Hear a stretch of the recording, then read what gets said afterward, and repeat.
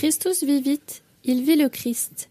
Lettre du pape François aux jeunes et à tous ceux qui restent jeunes. Mettre fin à tout genre d'abus. Ces derniers temps, il a été demandé avec force que nous écoutions le cri des victimes des divers genres d'abus qu'ont commis certains évêques, prêtres, religieux et laïcs.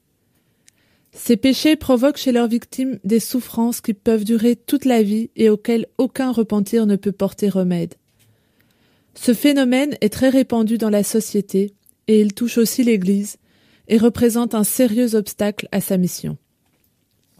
Certes, le fléau des abus sexuels sur mineurs est malheureusement un phénomène historiquement répandu dans toutes les cultures et toutes les sociétés, surtout au sein des familles mêmes et dans diverses institutions, dont l'ampleur a été révélée surtout grâce au changement de sensibilité de l'opinion publique.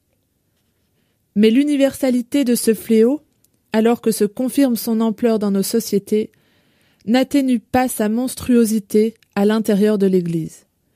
Et dans la colère légitime des personnes, l'Église voit un reflet de la colère de Dieu, trahi et frappé. Le synode réaffirme le ferme engagement en faveur de l'adoption de mesures rigoureuses de prévention pour empêcher que cela ne se reproduise, à partir de la sélection et de la formation de ceux auxquels seront confiées des tâches et des responsabilités et d'éducation. En même temps, il ne faut pas négliger la décision d'appliquer les mesures et sanctions si nécessaire.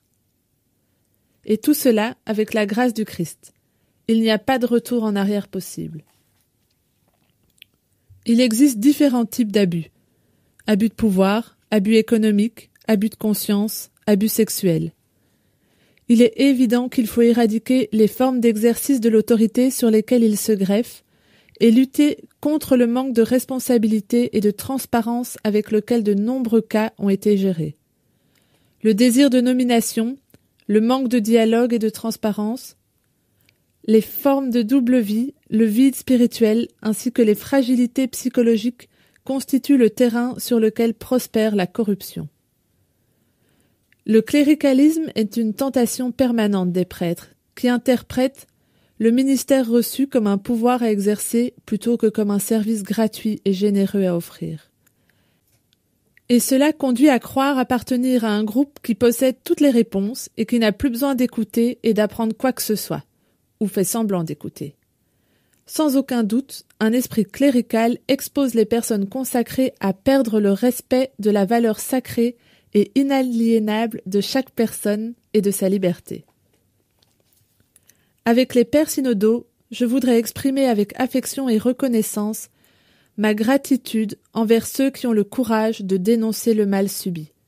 Ils aident l'Église à prendre conscience de ce qui s'est passé et de la nécessité de réagir fermement. Mais méritent également une reconnaissance spéciale les efforts sincères d'innombrables laïcs et laïques, prêtres, personnes consacrées et évêques qui, chaque jour, se dépensent avec honnêteté et dévouement au service des jeunes. Leur œuvre est une forêt qui grandit sans faire de bruit. Beaucoup de jeunes présents au synode ont également manifesté leur gratitude pour ceux qui les ont accompagnés et ils ont rappelé le grand besoin de figures de référence. Grâce à Dieu, les prêtres qui commettent ces horribles crimes ne constituent pas la majorité qui exerce un ministère fidèle et généreux. Je demande aux jeunes de se laisser stimuler par cette majorité. En tout cas, quand vous voyez un prêtre en danger, parce qu'il a perdu la joie de son ministère, parce qu'il cherche des compensations affectives ou qu'il est en train de perdre le cap, ayez le courage de lui rappeler son engagement envers Dieu et avec son peuple. Annoncez-lui vous-même l'Évangile et encouragez-le à rester sur le bon chemin. Ainsi, vous offrirez une aide inestimable pour une chose qui est fondamentale, la prévention qui permet d'éviter que ces atrocités se répètent.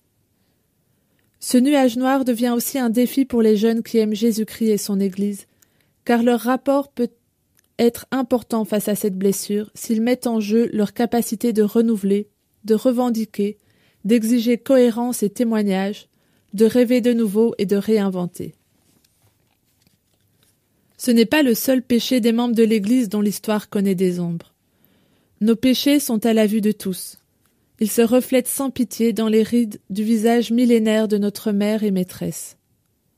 En effet, elle marche depuis 2000 ans, en partageant les joies et les espoirs, les tristesses et les angoisses des hommes. Et elle marche telle qu'elle est, sans recourir à des chirurgies esthétiques. Elle ne craint pas de montrer les péchés de ses membres que certains d'entre eux tentent parfois de dissimuler à la lumière brûlante de la parole de l'Évangile qui lave et purifie. Elle ne se lasse pas non plus de réciter chaque jour, honteuse. Pitié pour moi, Dieu, en ta bonté, en ta grande tendresse. Ma faute est devant moi sans relâche. Mais souvenons-nous qu'on n'abandonne pas une mère lorsqu'elle est blessée, mais qu'on l'accompagne pour qu'elle retrouve en elle toute sa force et sa capacité de toujours recommencer. Au milieu de ce drame qui, à juste titre, nous blesse l'âme, le Seigneur Jésus, qui n'abandonne jamais son Église, lui offre la force et les instruments pour un nouveau chemin. Ainsi, ce moment difficile, avec l'aide précieuse des jeunes, peut véritablement être l'occasion d'une réforme de portée historique, pour déboucher sur une nouvelle Pentecôte et inaugurer une étape de purification et de changement qui confère à l'Église une nouvelle jeunesse. Mais les jeunes pourront aider beaucoup plus s'ils se sentent de tout cœur membres du saint et patient peuple fidèle de Dieu, soutenu et vivifié par l'Esprit Saint. Car ce sera précisément ce saint peuple de Dieu qui nous libérera du fléau du cléricalisme, terrain fertile de toutes ces abominations.